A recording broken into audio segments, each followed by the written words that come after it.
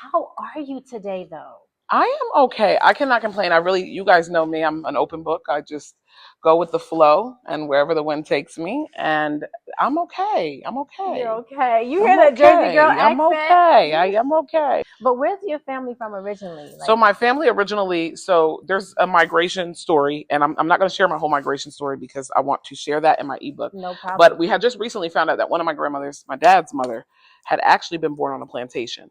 Oh, wow. We got like the documentation and everything, so that's super exciting. Wow. Here in America? Here in America. Okay. However, no, so we do have Caribbean. We have Caribbean. Okay. No, so it's not Jamaican. Oh. But it sounds Jamaican because it's Okay. Caribbean dialect. So Okay. a lot of that influence comes from St. Thomas, the Virgin Islands. Okay. However, my baby daddy is Jamaican. Okay, So I speak a lot of Patois dialect because my baby daddy's Jamaican. I have a lot of cousins from Jamaica. And so, you know how that, I feel like Jamaica has the biggest accent over all the Caribbean. Like when you talk in a Caribbean accent and you'd be like, you're from Trinidad and they talk more like I and we, like I not gonna do that. The sing song. I not gonna do that. I not do that. I not in that. But the Jamaican people are, yo, me not in that. Me not gonna do that. You understand? So a little bit more hard. You understand? Yes. Okay. So we're here today to talk about your recent viral TikTok video. Okay. Because you did something that made a lot of people feel seen, heard, understood, and many people, including myself. You went to your grandmother's house to get your son back on Thanksgiving Day. I did. I had to fuck around and pull up. Excuse my French. Had to pull up. Let me turn on the cameras in case they try to play with me. Hey, can you guys send Sidon out, please? I'm not playing this game. Okay, that's fine. He can come. Send him out. What's up, cuz? Hey, how are you? Yeah, I'm here now. Don't play with me. Don't play with my kids like that. I called here, my grandma answered the phone, and then she acted like she couldn't tell me if my son was here. Don't play with my kids. I don't play with that bitch's kid. I don't play with them like that. Don't play with me like these bitches know I don't even fucking talk to them. My kids coming here is one thing. Say, come on. I'm not playing with them like that. If I need to call the police to come here, I'll call them to come here. It's not a big deal. Y'all playing with my kids. I don't play with y'all's kids. I don't play with y'all. So y'all already know what the fuck it is. I don't play with y'all. Say, get your stuff on. Come on. Get your jacket. He said he's at the light. It don't matter where he's at, Meek. That's my kid. I'm not saying That's that. my kid. This was your kid. Shamika, you know that. So why are y'all playing with my kid like Who's this? playing with him? I don't get what you mean by playing. It doesn't matter. I told you to send my kid outside. And I did. Oh, okay. All right. Briann. Don't talk to me. You know I don't fuck with you. He literally said, I hate when people talk to me and they know I don't fuck with them. She know I don't fuck with her. He literally said, because we're And he know I don't fuck with him either. That's why I didn't come here. At my house. Oh, okay. Well, Fonz With knew. AJ? But Fonz lied to you because me and him had a conversation. We had dialogue already. Fonz knew. He said to me, Bree, I didn't know you was not going to Thanksgiving. So grandma called, says, can Sidon come there? I say, yes, Sidon can go. He said, I don't know that you're not going to Thanksgiving. He said, can he at least stay till 5? I said, we have somewhere to be at 2 o'clock. We have Thanksgiving. No. That's why. So then when I get it. So then when I said to him, I said, so he said, can he stay a little bit at grandma's? I said, no, I don't want him around those fucking people, the people I don't fuck with. Okay, that's my kids, that's my boundaries, right? So he said, okay, can you get him at 5? I said, we have dinner at 2. Fonz then texted me and said, okay, I get it, whatever. Then he said, oh, I'm going to take him to New York, so this is no drama. If you want to do whatever, we're going to go to New York for Thanksgiving. I said, okay, that's fine. We have a 50-50 custody agreement. You're in contempt of the court when you don't give me my son, when we had an agreement from yesterday. I have the text messages that you were giving me Sidon today. We have an agreement. Yes, we have an agreement. So why you don't fuck with me? Donna, you're fake. You're fake. Donna, you're fake. You checked on me when my house flooded. You ain't really check on me. Y'all bitches ain't called me since my mother died. Fuck out of here. Then you let your sisters connive against me to call Dyfus. You ain't correct them bitches and tell them. Lori's hairy ass and fucking Tracy's sick old ugly ass and her pedophile ass son. And ain't no fucking body called me since my mother been dead. Ain't nobody called me since then. Tracy mad that I'm calling her son a fucking pedophile. He is a pedophile. He is a fucking ancestral animal. And she mad that I keep bringing it up. That's why I don't fuck with these people. Y'all want to sweep shit under the rug. I don't do that. I heal out loud. It's done. Like I said, Alphonse, can I please have my son? You're not going to I'm going inside. Okay, that's fine. I'm gonna call the police. Yeah, call the police. I'm going to quickly share my personal relation to your story. Mm-hmm. Okay. So I was already following you on TikTok from, I want to say, a couple months way before Thanksgiving, right? What drew me to your account was there was a video that you made where you were just like, I know you're crying. Yeah, you. And I'm like, oh my God. Yeah, Like, about being a single and mom. it's funny because I was just in the middle of like crying, and I ended up, going on TikTok. And so when I just scrolled and you popped up on my FYP, and I'm just here like, okay, is this like the algorithm? And like, is my I place swear, sometimes bugged? God speaks through the algorithm. It's so Right. crazy. And you were just like, I know you're crying. I know that it's hard. I know that you're being a mean mom right now. And I know that, and I was just here like, wow, like I've never seen a video online anywhere at all like that before, where I felt like this person was speaking to me. And so I followed you.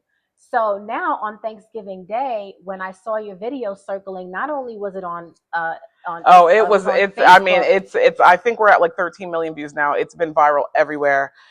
Everywhere I go. Prior to that, I had like 40,000 followers, so people knew me in the direct vicinity. It's so funny. I went to go get a bagel, and the one lady was like, "I was at my doctor's office," and they was like, "You seen that girl pulling up on her family on Thanksgiving?"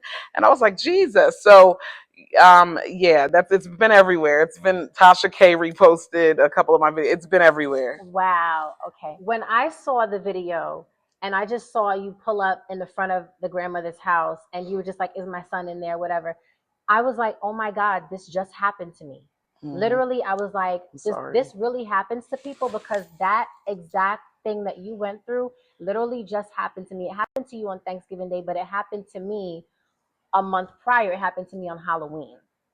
And just a quick rundown, I don't want to talk too long, but basically I had left my house and I left my boyfriend in my house with the children, and I came back home and nobody was there. So I called him on the phone a couple times and he didn't answer, and I'm like, okay, so where the hell are my children? where are they? Where are they kids? Right. So then my mom calls over to his mother at his mother's house, and she says, like, she just was asking if about the kids.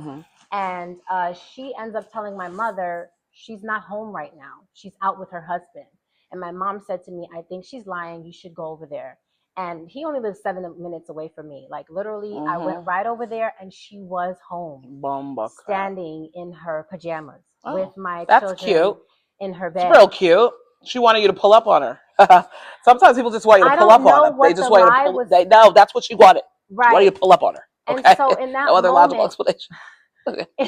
don't take me back. Okay, they just wanted you to pull up on her. So it's funny because like my mom was simply just calling about the kids, and so for her to say like, I'm not home right now, I'm out with my husband, and so that made me really feel like it was a weird moment for me. Like, can I really trust this family? Because you guys would do anything with your son for my children against me, and that's concerning. It was concerning. I was just like, it's alarming. It was alarming. And so when I saw your video, I was like, oh my God, this happens to people. Like my life is not just weird. Like this happens to Absolutely. people. I couldn't believe it. And I was looking at you, and then I followed along like everyone else that followed you was watching video after video after video after video. And you were just crashing out like, is my son over there? Yeah. And it was just a simple question. Yeah. And these people, yeah. You see, they hung up on me. That's why I went over there. My grandma hung up on me. I wish my grandma nothing but the best, but I don't play about my children. I have boundaries. It took me a very long time to maintain and build these boundaries. As you know, my father was a narcissist. My mother was his doormat for the most part. My father wasn't a violent man, but his words could be very hostile and mental. They hurt a lot. Me being this age, I'm 36 now, and setting boundaries is very important for me, because a lot of times we talk about setting boundaries and it's like this really good thing, like a New Year's resolution, like I'm going to have boundaries now. Right. And then when a situation occurs, we don't have the boundary. And so I was talking to my boss, who's also my bishop, and he said to me, Brianne, do you know that the emotion anger is the emotion that God gives you to remind you that somebody crossed your boundary? So every time you feel anger, it's because a boundary of yours has been crossed, whether it's relatable or relative or actually nullable, and not void, but it's your boundary. Right. And so it was really big for me that my boundaries would be crossed. And so in my family, they have a tendency of sweeping things under the rug. And so and it's not just your family; it's a lot of families. Well, I'm Especially learning when you that. have a big family. You I'm come learning from a very big a family. very big family. I hear you talking about. You said you have your mom. You had Minnie. Minnie is your grandma. and then you had Nana. Yep. My grandmother's so mother. Had, Yeah, we like have a 3-4 very generations all alive very at one time.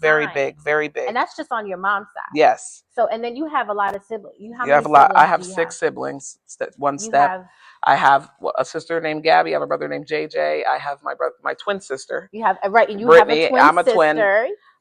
But me and her don't talk, and you guys can go down that rabbit hole on your own. That was another way that I related to you too, and I was looking at your video Yes. because Brianne is a twin. She's a twin. Yes. And I don't talk to her. And if you were on TikTok for that whole diaspora of chaos, then you understand why I wouldn't talk to her, because she tried to play with me. And I had to get her together. And then I have my stepsister Alyssa, my oldest sister Shamik. So it's a lot of us, and my brother Anthony. I have there's really a lot of us. Did you guys grow up like really all close? In one house? Yeah. All in one house. Okay, so do you guys all have the same mom, same No. dad? So my oldest sister has a different dad, who my mom is actually married later. That's a whole another thing. Okay. And then my oldest brother has a different dad. And then of course my stepsister was kind of adopted in because she came in with my stepdad, who was also my oldest sister's dad. It's crazy. Okay. So yes, and then I have my little sister Gabrielle, who my dad had while he was with my mom, and my mom took care of her and raised Stuff her. like that happens in families too. Like we're not the only ones. Like our family has mess. But I love her dearly. Me and her are very close. Right. Yes, because she made videos coming to me and her are very close. defense. Yeah, because she knew the truth. And so which is crazy, because your twin sister, which we would think would be the one to do that, but it was little sister. What was your twin relationship like when you guys were growing up? It was the same, very rocky. Again, I've always been the messenger in the family that irritates people, because my message is valid. And I think that it irritates people's demons that the message is valid. I'm the visionary. I'm the prophet. That people came to me in the family when it's like a real big ongoing thing in my family. All my aunts would ask for like lottery numbers, and they would hit the lottery. They'd be like, "Go ask Brianne. She's gonna tell you." And I'd be like, "What the fuck are they?" I didn't know what was going on. What do you do? Like you dream numbers? I would just give them random numbers, and she'd hit like the pick 5 for like 2,000, and it happened to her like 8 times. My one aunt. And so my mom used to come to me too, and she'd be like, "Brianne, when are we gonna move?" And I would just give her a random answer. She'd be like, "That's the answer." And I'd be like, "What?" Like, I don't even know where this answer came from. I'm playing Barbies. Like, January. Some people have that. Like January. Like and my mom would be like, "Yeah, you got it. I believe it." Some people, my dad told me that my son was going to be born on February 11th, and he was born on February 11th. My due date was 17th. And I was like, "Who told you that?" He was like, "That child's coming on February 11th." That's and I said, crazy. "Daddy, who told you that?" And he said, "Me say that." That's what he said that. And I was just like, okay. And literally February 10th, I went into labor. He ccame 1:21 in the morning on 2/11. And my son came February 13th. He was supposed to come the 20th. Yeah. That's crazy. Wow. That's very much, I just would have the vision. I don't know where it came from. I mean, I need to have more of the vision with my relationships. Like, where the fuck is the vision? Right? Like, show me my premonition. I'm going to get my head knocked between the washing machine. Where's the vision? All right? Where is the vision? Right. Okay. I need to know these things. Okay. You had a lot of other twins come in your inbox to say like, "Oh my goodness, my relationship with my twin partner is, has been rocky too." Yes, I had. So since that whole pull up at my grandma's house, set my boundaries, hold to them. Yeah. My twin sister had, if you got, had made a post basically trying to devalue my boundaries. When all the twins reached out, I had so many, just overflowing. Like, "Hi, I'm a twin." And I saw some comments. Some people were saying like, "Oh my goodness, God, I'm a twin," or "I could never go through this," or "Me and my twin did this." Other people like, "Me and my twin could never," and I was like, "That's great for you." Right. Glad everybody's not me, you, T, and Tamara. Okay. Right. Like, okay. Exactly. Like, listen, Tia and Tamara, first of all, they were among the first, when you're a twin, absolutely, they're like the thing. Sister was like my thing. TV. Exactly. And then you watch The Parent Trap over and over. Right. Okay. With that, I know she played 2 I didn't at first. I thought she was a twin. I thought she wasn't, so I kept watching it. Well, for us, we had Mary-Kate and Ashley. Yeah, they were real twins. They played them. Michelle on Full House. Love them. You know what I'm saying? First of all, twins definitely, we stand out from the rest of the everyday single-born people. You don't see twins walking past you every day the way you see people walking past you every day. So people make assumptions about us. They think that we are like these like mythical, like they're like, "Oh my gosh, twins." You know what I'm saying? And so they jump in your face. There was one time when I was a child, we were on the bridge, I believe, I can't exactly remember where, but someone stopped and asked if they could take a picture of us, a random stranger. Yeah, this is regular. Because they just felt like, oh my God, This twins. is different. Yeah, it's regular. Know? So they automatically assume that means that we're like the same person. Yeah, so people will say when I say I have a twin, typically I get, not to cut you off, is, oh wow, there's two of you? Right. Well, fucking imagine that. The world can't handle two of you. You can barely handle me right now. What are you going to do? But another thing that they automatically think is that like that means that you have this tight bond. You were born with this automatic. They automatically think that you're like and an that you guys are like, you know, which is not the case. Two peas in a pod, 24/7, literally like a package deal. And they don't realize that twins fight. So sometimes people look at me and my sister and they're just like, oh my God, they're fighting. Like and it's like, yeah, twins fight just like any two regular set of different if people. Not worse. We are different people. If not worse, I feel like the irritation level is just so much. It's higher. You know, we literally have shared a womb together. We were roommate. Like I have never had a moment to breathe. And that's what I tell people. I'm like, I used to hate my mom dressed us alike. And then as I get older now, I'm like, damn, I ain't never had my own birthday. Like, you know, everybody's like, oh, it's the twins' birthday. Yes. I can't just be Brienne's birthday. I don't know if you get this thing being a fraternal twin, but for being an identical twin, there are times where I will walk into a room and someone goes, hey, girls, and it's just me. Yeah. Or they go like, you guys. Or they, the big thing is, hey, like for all the family members that know us and friends of the family or people that knew my mom, oh, that's the twins. Not even knowing that we don't even get along. Right. That's Brittany and Brienne. Yeah. Along. And some people think that like, okay, that means that you're twins, so you must get. They think it's weird to see twins fighting. I remember, you know, my stepfather. He used to tell my mom all the time because he had a pair of twins. He had fraternal twin boys, and so growing up, you know, and watching us grow up, he would tell my mother like, your girls, they fight like cat and dog. They fight like Cain and Abel. One of them are going to kill each other. Yeah, we got that a lot. Cain and Abel. We got the Cain a lot. Yeah. And people would say all the time, like the twins are always fighting. So it's just like, I just want to know, when you guys were growing up, what are some of the things that like you guys would get into that would like make you fight? Like, how were you guys always fighting and moving back up? We used to fight about dumb stuff. Like I have OCD. Okay. So, and my father was very OCD. So everything had to be immaculate. Everything had to be clean. My twin sister is completely opposite. She is very much like, I don't give a shit if the blankets are hanging from the ceiling, as long as we're living life and having a good time. I remember this one fight, and I'm not going to go into it long. My twin sister bought the box of cereal and the whole gallon of milk in the living room. And when I woke up and she was sitting, my mom was at work, so she had it like sitting on the table there. And when I woke up and I'm in the kitchen fucking looking for the milk, even though I had to walk past her, she's sitting there with the Cocoa Pebbles and the milk like she is the man of the house. And it triggered me so bad because I'm just like, who eats a bowl of cereal with a gallon of milk? She wanted to make sure that the coffee table in the living room, we've never done that before. So for me, that was a new thing because like we would never do something like that if my mom or dad were home. You know what I'm saying? So to me, I was like in fear. I was like, what the fuck are you doing? And so we started fighting, and I ended up throwing like her shrine. You guys started physically fighting? Yeah. Who threw the first punch? So it's never. So I'm the lead antagonist. Okay. So basically, what I do is my mouth is the hit. I mean, I can fight you if I need to, but that's me too. She's the stronger physically. I'm stronger like mouth wise, mentally, words. Like I'm gonna get you. Like she's not gonna do too much talking. She's gonna like if we're outside, just know if my sister's getting ready to get you, she's not gonna talk. Me, I'm gonna give you some warnings before I slap the shit out of you. She's not. She's not gonna do it at all. She's gonna be like, But you guys don't fight physically anymore. No. And even then, so we've had maybe like 6 physical fights, and they haven't even really been.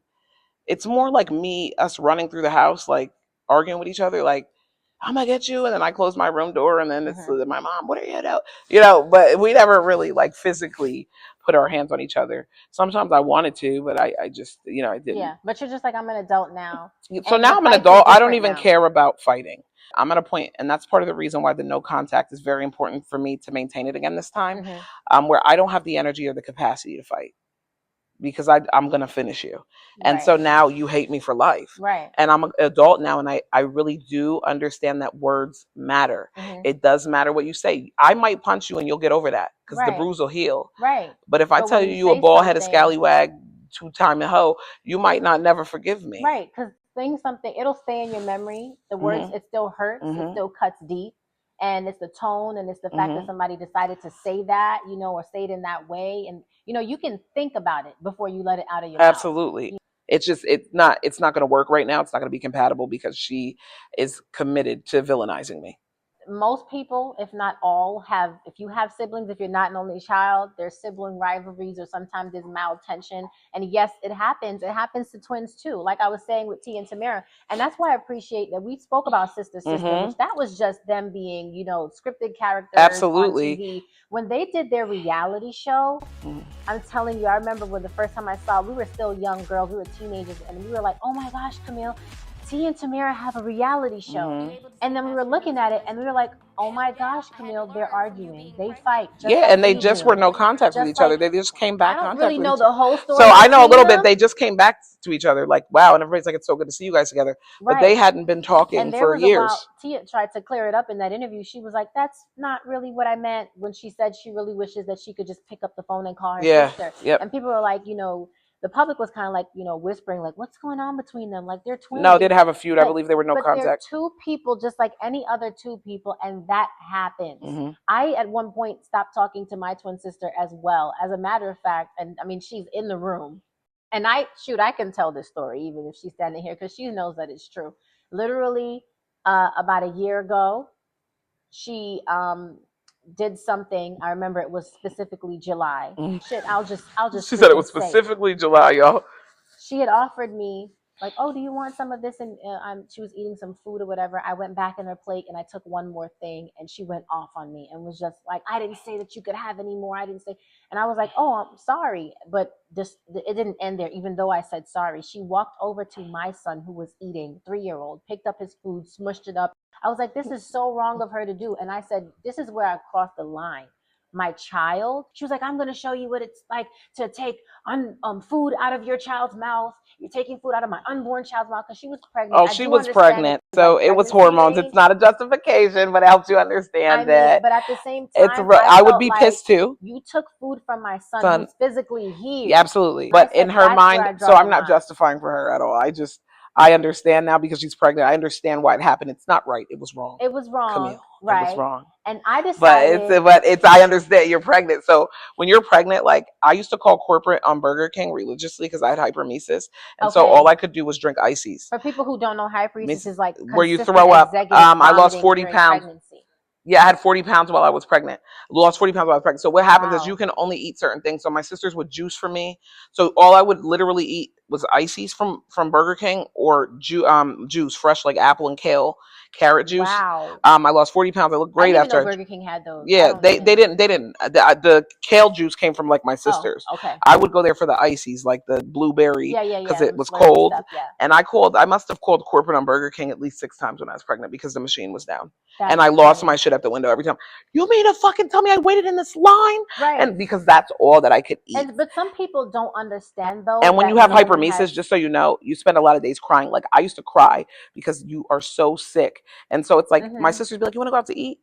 And that's what people offer you to do when you're pregnant. But what do you do when you're pregnant and that's what you can't do? Right. So, you know, it doesn't justify. I understand it. I mean, I did not have the hyperemesis until I had my daughter. I had it in the beginning. Yeah, and then horrible. It wore off. Lucky you. My sister had it throughout, and I did not know that. Sometimes when people don't understand what someone else is going through, you don't understand what the rage and the attitude is for. But nevertheless, I was just like, regardless of what you're going through. Yeah, wrong is wrong. Wrong is wrong. And that was the first time in my life that I said, I'm not talking to my sister anymore. I'm cutting her off. You understand? And I did not talk to her from that month forward. She was about 3 to 4 months pregnant at the time. She wasn't even showing. She was pregnant for like a second.